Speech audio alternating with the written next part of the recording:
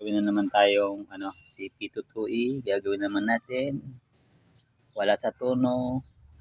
Ang whip ay nasira na. Yung second whip.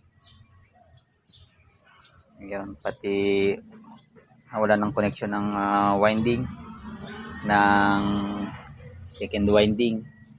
So, ito ang gagawin natin ngayon.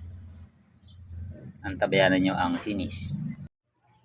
Ayun, ito yung original na coil ng CP22E. Ito yung kanyang capacitor. Pero hindi na nag-match ito dun sa ginawa kong CP22E dahil nagbago na yung whip. And then may mga modification akong ginawa kagaya nito. So hindi na nag-match yung coil. Kaya pinalitan ko ng bagong coil. Ako yung nag-recompute ng coil para lang mag-match dito sa haba ng whip ng CP22E. Ito na yung aking pinalit. Yan.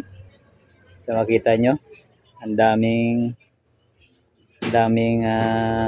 adjustment ang ginawa ko. Okay. Ito na yung SWR ng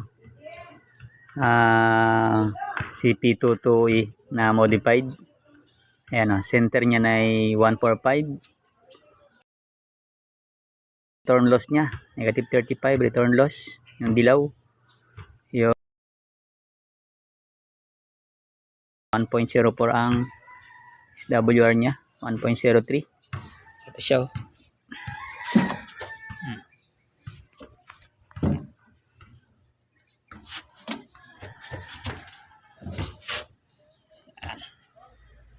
Modified na yan.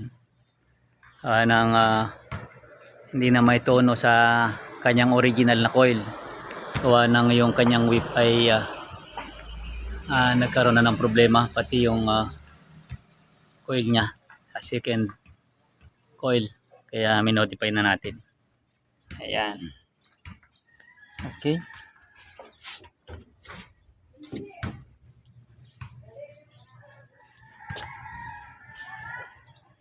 Okay. Yan ay pwede sa 141 hanggang 149. Yan ang kanyang SWR. Yan 141 hanggang 149. Kaya niya. Pero siya ay nakasenter sa 145. Okay. Ito na yung final ng CP22E na i-convert na natin. Ayan.